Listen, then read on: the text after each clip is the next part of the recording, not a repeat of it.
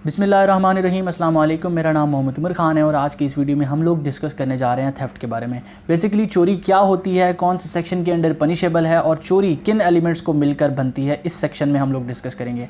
आम ज़बान में इस वीडियो को कंक्लूड करेंगे कि चोरी कौन से सेक्शन के अंडर इसकी FIR काटी जाती है और इसकी क्या पनिशमेंट है।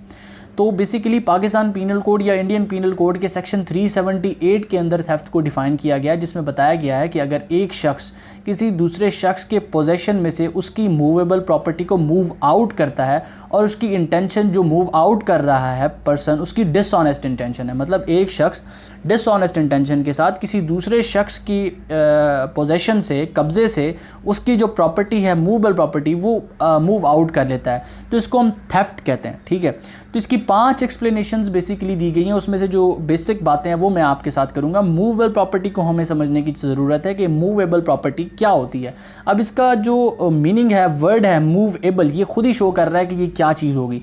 मूवेबल प्रॉपर्टी बेसिकली एक ऐसी प्रॉपर्टी होती है जो कि एक जगह से दूसरी जगह पर ले जाई जा सकती है, और इमूवेबल प्रॉपर्टी ऐसी प्रॉपर्टी होती है जो कि एक जगह से दूसरी जगह पर नहीं ले जा सकती। मतलब कि एक मोबाइल फ़ोन, एक मोटरसाइकिल एक जगह से दूसरी जगह पर ले जाए जा सकते हैं, मुंतकिल किए जा सकते हैं, तो इनको हम मूवेबल प्रॉपर्टी की कैटेगरी में रखते हैं। जबकि एक मकान, एक बिल्डिंग और एक ऐसी चीज़ जो कि ज़मीन के साथ, अर्थ के साथ जुड़ी हुई है, वो एक जगह से दूसरी जगह पर नहीं जा सकती, इसको हम इमूवेबल प्रॉपर्टी कहते हैं। ठीक है, तो उसके बाद इसकी एक्सप्लेनेशंस में कहा गया है कि अगर एक ऐसी चीज़ जो कि ज़मीन के साथ, अर्थ के साथ जुड़ी हुई है और वो इमूवेबल की डेफिनेशन में आ रही है, तो उसकी चोरी तब होगी जब उसकी जो इमूवेबल का फैक्टर है, जो उसकी अर्थ से जुड़ा हुआपन है, अगर वो ख़त्म कर दिया जाए, उस इमूवेबल को मूवेबल बना दिया जाए, तब वो चोरी की डेफिनेशन में आ सकती है। तो इसकी जो पनिशमेंट है, ये जर्नल थेफ्ट है, इसकी जो पनिशमेंट है वो सेक्शन 379 में दी जाती है और उसके अंदर बताया जाता है कि जो थेफ्ट है वो 3 साल उसकी पनिशमेंट है। लेकिन ये वो थेफ्ट है जो आप किसी डिवेलिंग या हाउस से नहीं करते, ठीक है, ह्यूमन डिवेलिंग से नहीं करते। अब सेक्शन 378 के बाद, 379 के बाद बेसिकली 380 में चोरी की पनिशमेंट जो है वो 7 साल बताई जाती है। तो हम ये समझते हैं कि किन फैक्टर्स में, किन सर्कमस्टांसेस में, किन केसेस में चोरी की पनिशमेंट 3 साल होती है और किन केसेस में चोरी की पनिशमेंट 7 साल होती है।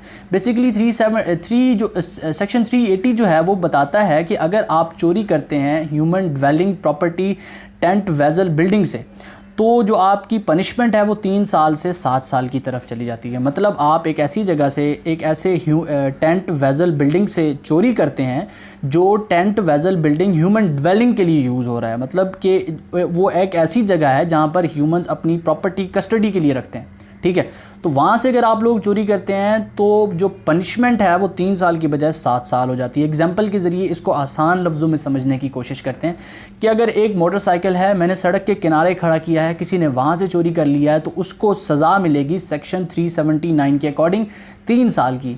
जबकि वही मोटरसाइकिल अगर मेरे घर के गैरेज में था और वहाँ से किसी ने चोरी किया है, तो उसको जो पनिशमेंट होगी वो 380 सेक्शन के अकॉर्डिंग होगी, जिसकी जो पनिशमेंट है वो 7 साल है। तो बेसिकली ये 2 चीज़ें हैं जो कि चोरी के अंदर समझने वाली हैं, और आप लोगों को इस वीडियो देखने के बाद ये पता चल गया होगा कि कहीं पर आप लोग सुनेंगे कि थेफ्ट कमिट हुआ है, चोरी की FIR काटी गई है, तो आप लोगों को पता चल जाएगा कि कौन से सेक्शन के अकॉर्डिंग चोरी की FIR काटी गई है और उसने चोरी कहाँ से की है, उसके मुताबिक आपको सज़ा का भी अंदाज़ा हो जाएगा। तो इनके साथ फ़ाइन की भी बात की गई है। फ़ाइन स्पेसिफाइड नहीं है, जो कि जज की डिस्क्रिशनरी पावर है, डिपेंडिंग अपॉन द सर्कमस्टांस है कि कौन से सर्कमस्टांसेस है केस के, उसके बाद ही जो है थेफ्ट की जो वो फ़ाइन है वो इम्पोज़ किया जाता है।